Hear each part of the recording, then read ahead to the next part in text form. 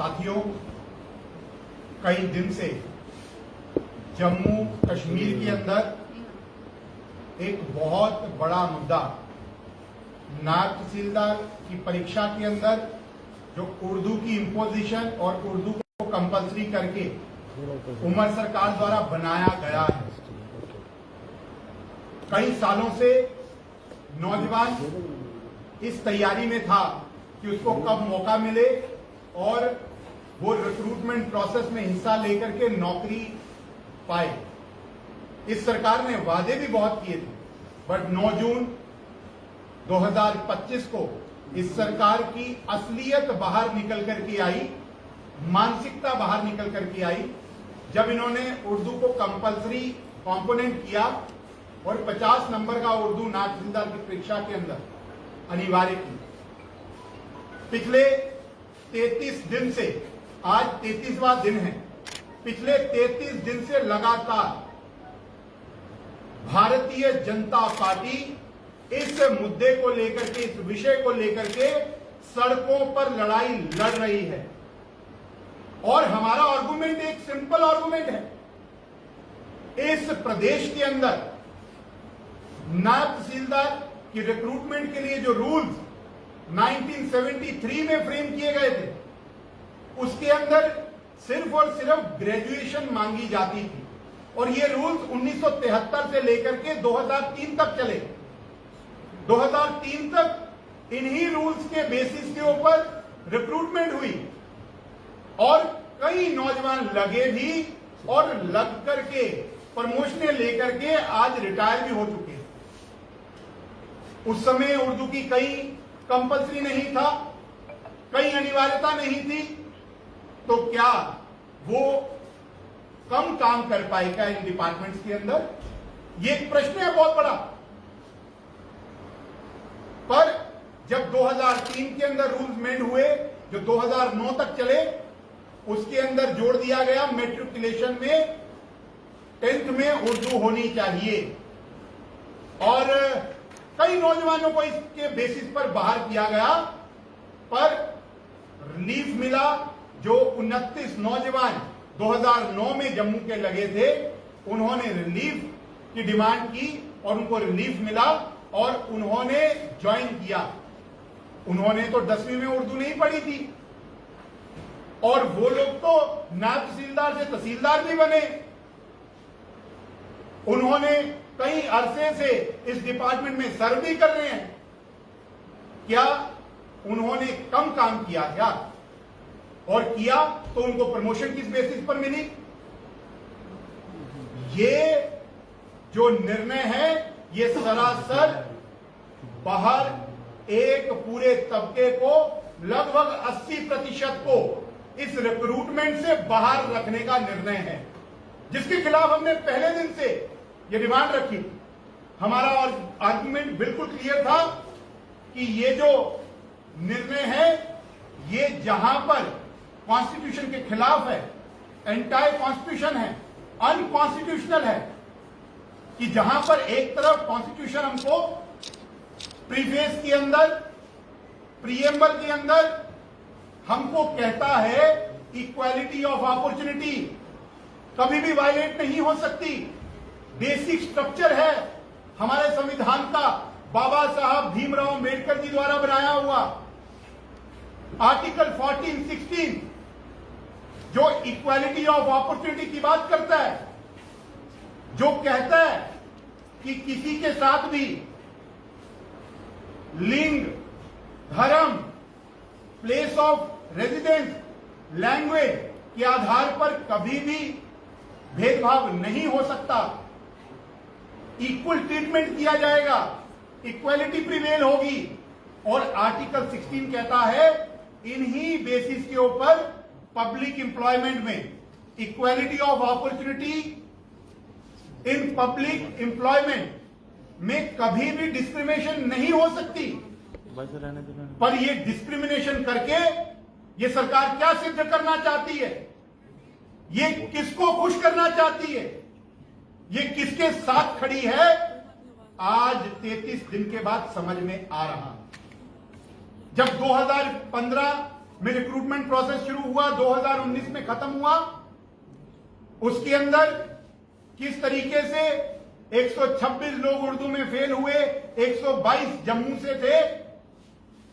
वो एक प्रेसिडेंट बन गया कि लोगों को समझ में आ गया कि जम्मू तो कभी भी डीप रूटेड लैंग्वेज इस रीजन की थी ही नहीं, कभी भी एम्फेसिस किया ही नहीं गया।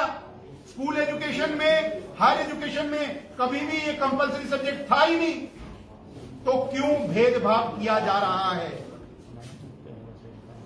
जब नायब तहसीलदार के लिए आप उर्दू की अनिवार्यता करते हैं तो नायब तहसीलदार से ऊपर तहसीलदार रहता है, जो नायब तहसीलदार भी प्रमोट होकर के तहसीलदार बनते हैं।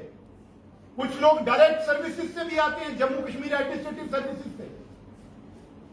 जो उनसे ऊपर एसडीएम, डिप्टी कमिश्नर, डिपकॉम रहते हैं, वो ऑल इंडिया सर्विसेज से भी आते हैं। तो जब उनके लिए उर्दू की अनिवार्यता नहीं, उनके लिए उर्दू कंपलसरी नहीं, तो इनके लिए उर्दू कंपलसरी क्यों? ये प्रश्न है उमर सरकार से, ये प्रश्न है जो जम्मू की रिप्रेजेंटेशन के नाम पर मंत्री पद संभाले बैठे हैं, जिन्होंने पिछले 1 महीने से एक भी इस पर बयान नहीं दिया, एक भी बार खुल करके नहीं आए।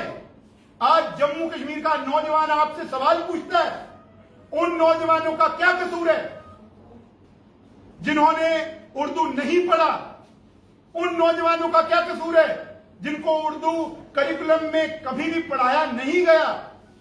क्या एक्सक्लूसिव पॉलिटिक्स ऑफ एक्सक्लूजन यहां पर प्रिवेल करेगी, जो हमने नेशनल कॉन्फ्रेंस के राज में पहले भी देखा कि कुछ चुनिंदा लोगों को बेनिफिट देने के लिए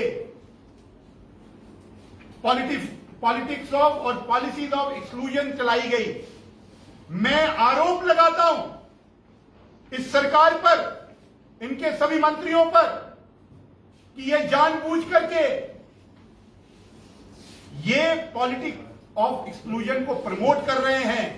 ये 80% आबादी को इस जो प्रक्रिया है, इस रिक्रूटमेंट का जो प्रोसेस है, उससे बाहर रखना चाहते हैं।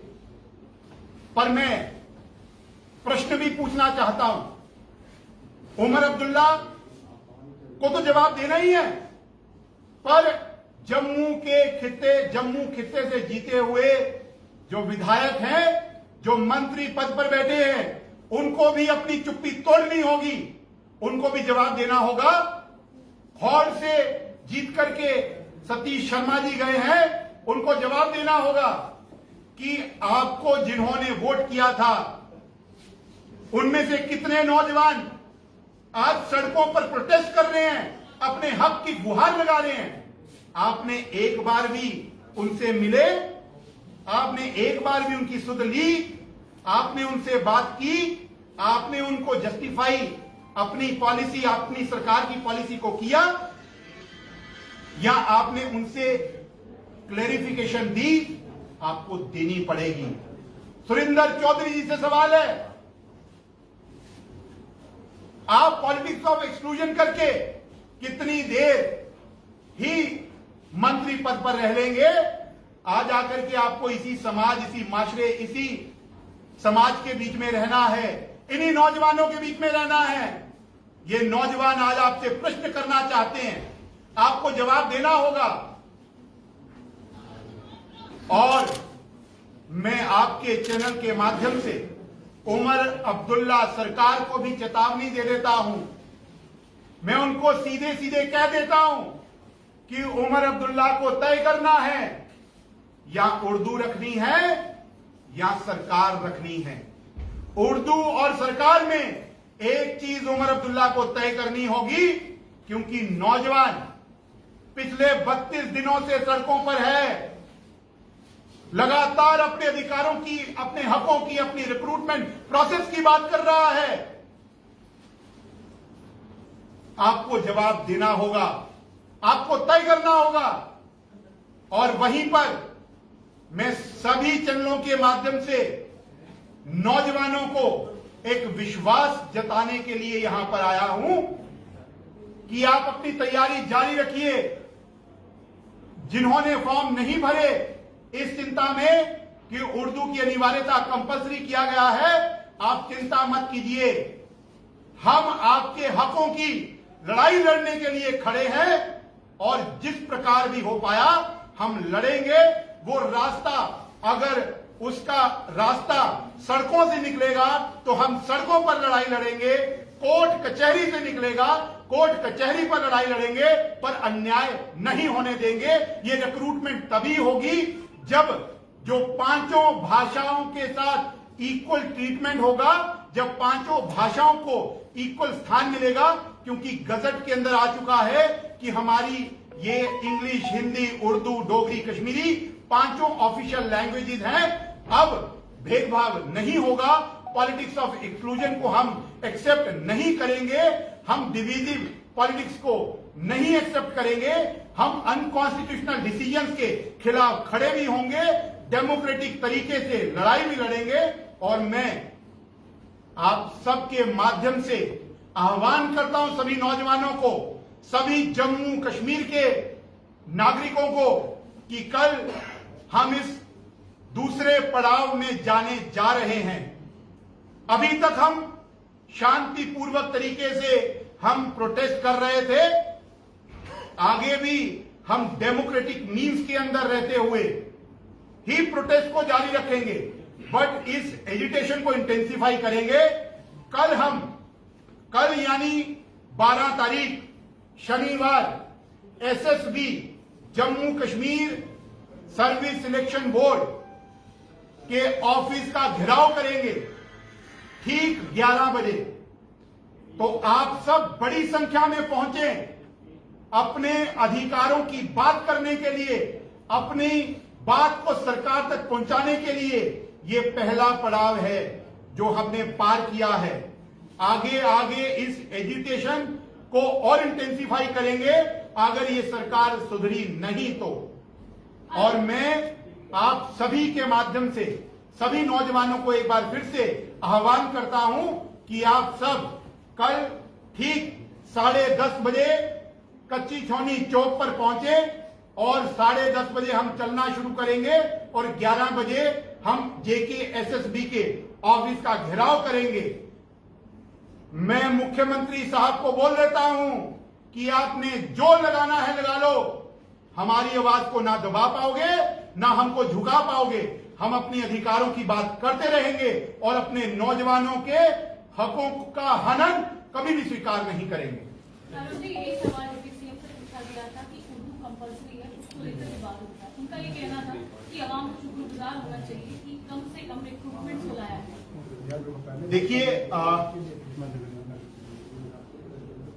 डिप्टी चीफ मिनिस्टर सामने ने बड़े कैजुअली कई चीजों का जवाब दिया। मैंने भी देखी वो प्रेस कॉन्फ्रेंस और उनके जवाबों को, कि किस तरीके से वो नौजवानों की खिल्ली उड़ाने का काम किया, ना उन्होंने उस पर स्पष्ट जवाब दिया। और आज जब नायब तहसीलदार के विषय पर उन्होंने सीधा सवाल जब पूछा मीडिया कर्मी ने, और उन्होंने जिस तरीके से कहा, ये मुझे लगता है ये एंटी स्टूडेंट्स, एंटी यूथ और एंटी समाज है, एंटी सोसाइटी है। इन्होंने जिस प्रकार से उस चीज का जवाब दिया, ये कभी भी स्वीकार करने योग्य नहीं है। आपने किसको मौका दिया? एक क्रोनीज को, कुछ लोगों को अपीजमेंट की पॉलिटिक्स से ग्रस्त होकर के। हम इसको स्वीकार नहीं करेंगे और इस पर स्पष्ट कीजिए कि उर्दू की अनिवार्यता क्यों है, या आप बहस कीजिए, आप बुलाइए हमको भी, हम बताएंगे आपको कि आप ये नहीं कर सकते, पर आपको भुगतना होगा। और आप जब तक इस डिसीजन को वापस नहीं ले लेते, ये लड़ाई जारी रहेगी। अरुण जी, जिस तरह से आपने मेमोरेंडम जो है एलजी महोदय को भी दिया था, एलजी द्वारा भी कोई ऐसा कोई बयान नहीं आया। आपको लगता है कि पूर्ण राज्य तो है नहीं है, ड्यूटी है, उम्र सरकार जो है अपनी मनमर्जी नहीं कर सकती? क्या एलजी प्रशासन भी मूक दर्शक बना हुआ है क्या?